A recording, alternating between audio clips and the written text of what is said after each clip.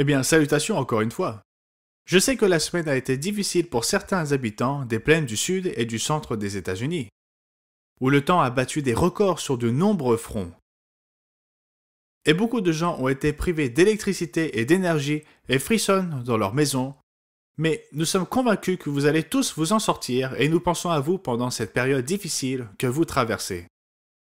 De temps à autre, de nombreuses personnes dans le monde entier souffrent des tornades et des ouragans et nous ne voulons pas minimiser le fait que les gens souffrent réellement dans certains de ces endroits en ce moment. J'ai 2 rapports à présenter aujourd'hui, puis j'ai une question qui a été soulevée et qui me semble très pertinente, non seulement pour le camp d'été, la question concerne le camp, mais pour nous tous. Le premier rapport provient de M. Peter Nathan au Royaume-Uni. Il dit « Une autre semaine s'est écoulée. Des publicités en allemand et en néerlandais apparaissent désormais sur Facebook, proposant des brochures dans ces langues respectives. Les premiers résultats sont très encourageants. Les Néerlandais ont reçu plus de demandes pour la brochure La Bible, réalité ou fiction, en une semaine qu'ils n'en avaient reçu pour toute autre brochure individuelle en 2020.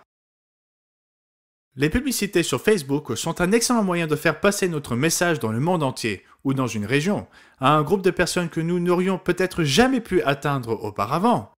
Au Royaume-Uni, nous continuons à constater un bon taux de réponse aux publicités, ce qui permet de continuer à faire circuler la littérature en dehors des bureaux.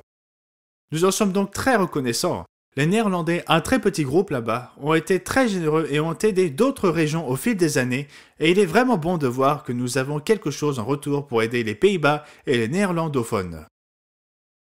Michael Haycock du Canada rapporte que M. Javid Khan a enregistré une vidéo point de vue du monde de demain intitulée « Pourquoi nous sommes attirés vers un Dieu ». Et M. Haycock a enregistré 2 émissions de télévision intitulées « Le Dieu que vous pouvez connaître » et des fausses idées courantes sur la prophétie.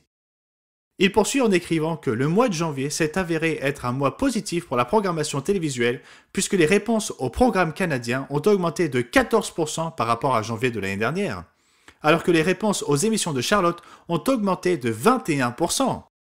Nous sommes donc très reconnaissants de ces augmentations, et ce n'est pas tant à cause des nouvelles chaînes de télévision qu'à cause de la qualité de la programmation et de l'intérêt du public pour l'émission en ce moment. Nous en sommes donc très reconnaissants. Je voudrais prendre quelques minutes pour expliquer une question que certains parents se posent concernant le camp des jeunes pour cette année.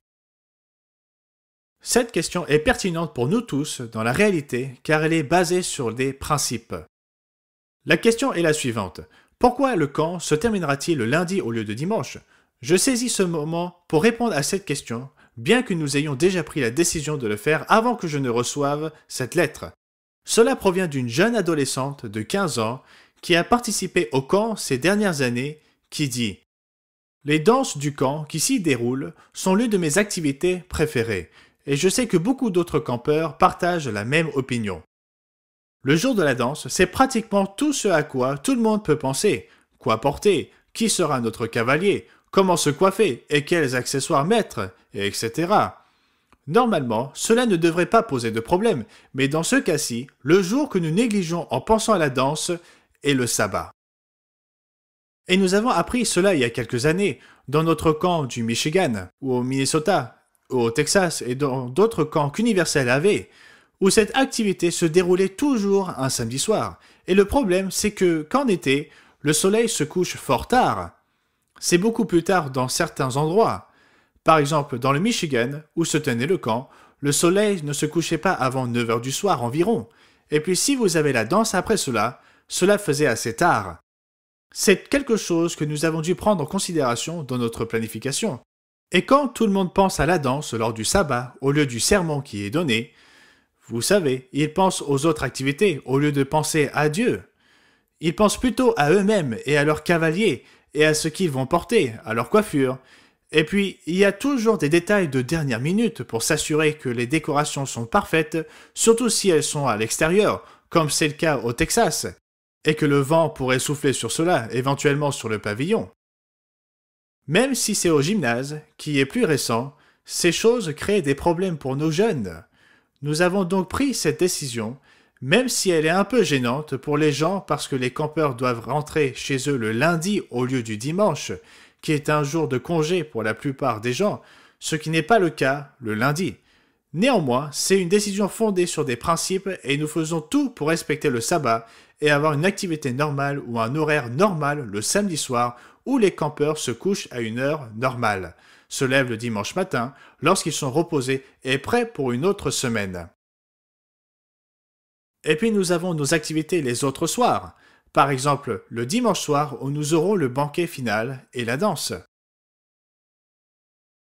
Et nous pouvons commencer un peu plus tôt dimanche et les gens pourront se coucher à une heure décente et nous occuper de toutes les décorations et de toutes les choses qui doivent être faites, tous les préparatifs, sans transgresser le sabbat d'une manière ou d'une autre.